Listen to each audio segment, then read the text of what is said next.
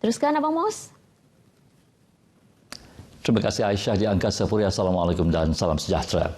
Kerajaan Negeri Menerusi Sarawak Energy Berhad SEB kini dalam proses perbincangan dengan Sabah dan Brunei berkaitan penjualan bekalan elektrik. Ketua Menteri Datuk Petinggi Abang Johari Tun Oping memaklumkan setakat ini rundingan menjurus ke arah persetujuan berharga yang dikenakan kepada Sabah dan Brunei. Now we are negotiating with Sabah and Brunei. Of course, they want to have lower price than us. I said cannot lah. Kalau Sarawak pay that much, they also pay the same. Cannot be lower than Sarawak. Ujar beliau, sekiranya persetujuan daripada rundingan dapat dicapai bagi penjualan elektrik kepada Sabah dan Brunei, ia dapat meningkatkan lagi jumlah pelanggan dari luar Sarawak. Datuk Petinggi Abang Johari berkata, SEB setakat ini berjaya membekalkan elektrik kepada Kalimantan Barat Indonesia. Tambahnya, sekiranya Indonesia memerlukan tenaga elektrik, ia berpotensi untuk SEB memperluaskan penjualan bekalan elektrik sehingga ke ibu kota Indonesia iaitu Jakarta. Dalam perkembangan berkaitan, SEB diminta untuk terus meneroka produk baharu dengan menggunakan sumber tenaga sedia ada yang mampu dipasarkan hingga ke peringkat antarabangsa. Beliau memaklumkan bahawa SEB memiliki sumber yang lengkap untuk membangunkan produk baru selain membekalkan kuasa elektrik kepada masyarakat. Untuk rekod, SEB mengendalikan empangan hidroelektrik Bakun berkapasiti 2,400 MW, empangan hidroelektrik Murum berkuasa 944 MW, empangan hidroelektrik Batang Air berkuasa 100 MW, selain menguruskan empangan hidroelektrik Baleh Kapit yang berkuasa 1,285 MW. Sementara itu, SEB komited melaksanakan projek-projek utama bagi menyokong visi dan misi Sarawak menjadi negeri yang maju pada masa hadapan. Pengurusinya Dato' Amar Abdul Hamid Sapawi berkata, inisiatif utama yang didukung oleh pihaknya ialah memperluaskan jaringan elektrik ke kawasan pedalaman di seluruh negeri ini. Katanya, liputan jaringan elektrik di Sarawak kini mencapai 97% dan SEB meletakkan sasaran untuk mencapai 99% liputan pada tahun 2020. Jelasnya, sasaran itu merupakan langkah ke arah penyediaan liputan elektrik secara menyeluruh pada tahun 2025. Selain itu, projek lain yang sedang dilaksanakan ialah inisiatif Borneo Grid yang merupakan sebahagian daripada visi untuk menjadi ASEAN Grid di rantau ini. Terdapat banyak lokasi pelancongan menarik yang masih tersembunyi di Sarawak dan ia belum diterokai sepenuhnya. Menurut Kementerian Pelancongan, Kesenian, Kebudayaan, Belia dan Sukan Sarawak, berdasarkan keluasan negeri dan taburan penduduk, pihaknya yakin masih terdapat kawasan yang kaya dengan keindahan alam yang belum dipetakan. Menurut Kementerian berkenaan, sebarang penemuan baru oleh penjelajah di hutan tropika Sarawak haruslah didokumenkan bagi membolehkan kerajaan mengambil langkah seterusnya. Kenyataan itu bagi mengulas satu penemuan kawasan air terjun di Selabat Kuching secara tidak sengaja pada awal bulan ini. Jelas kementerian, walaupun air terjun dan sungai terbabit mengalir secara bermusim, namun ia mempunyai nilai tinggi bagi tarikan pelancong dan harus dibangunkan secara holistik. Dalam pada itu, Bandaraya Kuching akan mempamerkan satu produk pelancongan baharu iaitu Rainforest in the City RITC bersempena dengan kempen Melawat Sarawak 2019 bagi menarik lebih ramai pelancong dari dalam dan luar negara. Menurut Kementerian Pelancongan Kesenian, Kebudayaan, Belia dan Sukan, pada satu sidang media di Kuching, RITC yang julung kali diadakan pada 2 hingga 11 Julai ini adalah selari dengan penganjuran Pesta Muzik Rainforest dan Rainforest Fringe Festival yang berlangsung pada bulan depan. Acara RITC yang akan berlangsung di Taman Amphitheatre Kuching itu dijangka akan menarik bukan sahaja pelancong dari luar, malah masyarakat setempat untuk datang bagi menghayati keunikan gabungan aspek budaya, muzik, lampu dan teknologi. Bermula jam 7.30 hingga 11 malam, sepanjang acara RITC, orang ramai dapat menyaksikan pelbagai pertunjukan lampu LED berkonsepkan hutan hujan selain persembahan muzik daripada artis-artis tempatan seperti Ad Adau secara percuma. Kementerian Pendidikan, Sains dan Penyelidikan Teknologi Sarawak akan mengadakan pertemuan dengan Kementerian Pendidikan di Putrajaya semalam.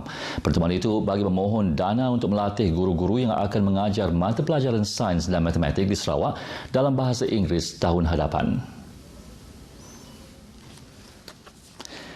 Kementerian tersebut dalam kenyataannya pada Majlis Perasmian Pertandingan Kuis Sains dan Matematik Peringkat Negeri di Kuching semalam, bagaimanapun tidak mendedahkan jumlah dana tambahan yang diperlukan untuk tujuan itu. Kira-kira 3,000 orang guru di negeri ini akan terlibat dalam pengajaran mata pelajaran berkenaan. Kementerian berkenaan sebelum itu berkata sebanyak 9 juta ringgit diperlukan untuk tujuan latihan tersebut dan menyediakan buku teks bagi tahun pertama pelaksanaan program pengajaran tersebut. Pada April lepas, Menteri Pendidikan Dr. Mazli Malik dalam pertemuan bersama Ketua Menteri Datuk Petinggi Abang Johari Tun Loh Openg di Kuching mengumumkan Sarawak akan menjadi negeri pertama yang melaksanakan pengajaran 2 mata pelajaran berkenaan dalam bahasa Inggeris mulai 1 Januari tahun depan. Sementara itu, lebih 300 pelajar tingkatan 4 dan 5 dari 47 buah sekolah yang mewakili 101 pasukan menyertai pertandingan berkenaan yang memasuki tahun kelima penganjurannya. Dunia tanpa sempadan memerlukan belia untuk menerima perubahan menjadi generasi digital. Naib Chancellor Universiti Malaysia Sarawak UNIMAS, Profesor Datuk Dr. Muhammad Kadim Suaidi memberitahu belia khasnya para pelajar berdepan tuntutan perubahan ke arah digitalisasi iaitu revolusi industri 4.0. Profesor Datuk Dr. Muhammad Kadim Suaidi berkata perubahan dalam ekonomi digital dan industri 4.0 ini menekankan pembinaan teknologi realiti maya tanpa banyak menggunakan sumber tenaga manusia. Justru itu, katanya, para pelajar perlu memperkasakan ilmu sains dan teknologi untuk menjadi lebih kompetitif dan bijak mengambil peluang dalam menempuhi cabaran ini. Beliau memberitahu demikian dalam majlis mengangkat ikrar yang melibatkan seramai 660 orang pelajar baru Pusat Pengajian Pra-Universiti UNIMAS sempena Minggu Aluan Pelajar bagi sesi akademik 2019-2020 di Kota Semarahan. Hadir menyaksikan majlis ialah pengerusi Lembaga Pengarah UNIMAS Tan Sri Datuk Sri Panglima Sulong Mat Jerai. Jabatan Kesihatan Sarawak tidak akan berkompromi terhadap rumah atau premis yang didapati membiak nyamuk Aedes dalam langkah memerangi wabak denggi di negeri ini. Pegawai Perubatan Unit Kawalan Penyakit Bawaan Vektor, Pejabat Kesihatan Bahagian Kuching, Dr. Muhammad Daniel Salim berkata, kompaun bernilai RM500 akan dikenakan di bawah Akta Pemusnahan Serangga Pembawa Penyakit 1975 terhadap pemilik rumah atau premis perniagaan jika didapati bersalah. Beliau berkata demikian kepada pemberita pada majlis sesi dialog menangani wabak denggi anjuran bersama Jabatan Kesihatan Negeri, Pejabat Daerah, Dewan Bandaraya Kuching Utara DBKU dan Jabatan Penerangan yang menyasarkan penduduk daripada beberapa kampung di bawah kawasan Dewan Undangan Negeri Satok di Kuching. So untuk di sekolah sebenarnya kita ada program bebas denggi yang ini di mana semua sekolah perlu menjalankan pemeriksaan tempat pembiakan dan bila mereka lakukan dia mereka perlu laporkan di Pejabat Kesihatan Bahagian Kuching lah ataupun di mana Pejabat Kesihatan daerah yang terdekat. Dr. Daniel turut memberitahu kes demam denggi di Sarawak terus membimbangkan khususnya di Kuching yang merekodkan kes tertinggi setakat ini. Terkini di Jalan Dato' Ajibah Abol di Satok yang telah merekodkan 42 kes positif denggi sejak mula dikesan pada pertengahan bulan lalu sehingga semalam. Kawasan tersebut diisytiharkan kawasan hotspot berikutan durasi kawalan wabak telah melebihi 30 hari. Justru langkah pengawalan yang drastik perlu diambil. Sehubungan itu, beliau menggesa penduduk tempatan supaya bersama-sama menjaga kebersihan kawasan kediaman masing-masing bagi mengelak menjadi tempat pembiakan nyamuk Aedes. Dalam perkembangan lain, bahagian Limbang mencatatkan 18 kes demam denggi dari Januari hingga 14 Jun 2019. Daripada jumlah itu, 5 kes dilaporkan di Limbang manakala 13 kes di Lawas. Pengarah Hospital Limbang, Dr. Nanta Kumar Tiruna Vukarasu bagaimanapun berkata, keseluruhan kes demam denggi di Limbang untuk 2 tahun berturut-turut masih terkawal dengan 7 kes dilaporkan sepanjang 2018 berbanding 34 kes dilaporkan sepanjang 2017. Okay, so if you look daripada 2018 is only 18 kes sahaja secara umum. Tapi sekarang 2019 baru masuk bulan 6 sudah 18. Faham tak? Okay. So and then 2017 we have almost 49 cases. And then 2016 is 50 cases.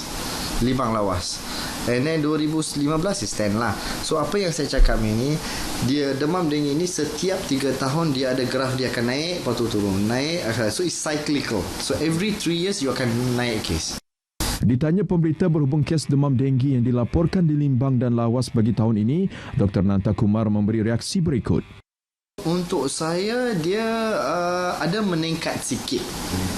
Sikit saja, because macam saya cakap tadi, sekarang sudah 18 kes bulan 6. Tapi last year sampai Disember hanya 18 kes. Faham? So we already reached what, like last year 18, we already reached sekarang half the year. So we expect double lah. Beliau menambah pihaknya akan terus mengambil langkah berjaga-jaga bagi memastikan jumlah kes demam denggi terkawal dengan menjalankan pelbagai langkah termasuk pemusnahan tempat pembiakan dan memberi pendidikan kesihatan kepada orang ramai terutamanya di kawasan yang berisiko. Tatkala tibanya Syawal, pertandingan bercucur lampu elektrik sememangnya dinantikan oleh semua penduduk di Limbang, terutama di kampung Sungai Poyan, dan malam tadi merupakan malam yang terakhir. Menurut penghulunya Yusuf Haji Dollah, pada tahun ini berlaku peningkatan dari segi penyertaan dalam kalangan penduduk kampung. Rata-rata penduduk akan menghias serta membuat pelbagai bentuk lingkaran lampu dengan kreativiti masing-masing. Katanya pertandingan ini telah bermula sejak zaman dulu lagi dengan menggunakan pelita pada awal penganjurannya. Ini kalau tak silap saya pun tak berapa ingat lagi sebab sudah setiap tahun dari dulu sampai sekarang dah kita buat. Dulu kami pernah adakan cucul pelita sebenarnya. Cucul pelita. Tapi setelah kita susah nak mencari kerosin, jadi kita ubah kepada lampu elektrik. Bagi Hasnan Jurut, kegagalan sebelum ini telah memberinya semangat dan pengalaman untuk mencuba tanpa putus asa sehingga muncul juara. Beliau telah menampilkan hiasan pelbagai lingkaran yang menarik, antaranya bentuk bulan, wow, bunga, corak dan lain-lain. Dalam masa seminggu lah mereka reka bentuk tu. Mereka bentuk apa? Bentuk yang direka tu ada bentuk bulan. Selain daripada pertandingan bercucur, turut diadakan sempena sambutan Syawal adalah pertandingan pakaian beragam kanak-kanak, pertandingan pakaian beragam ibu dan malam kesyukuran Syawal 2019 yang dihadiri oleh semua penduduk sekitarnya. Setakat ini dahulu berita dari Sarawak untuk N7 pagi ini. Untuk berita seterusnya kembali kepada Aisyah, rakan penyampai di Angkasa Puri. Silakan.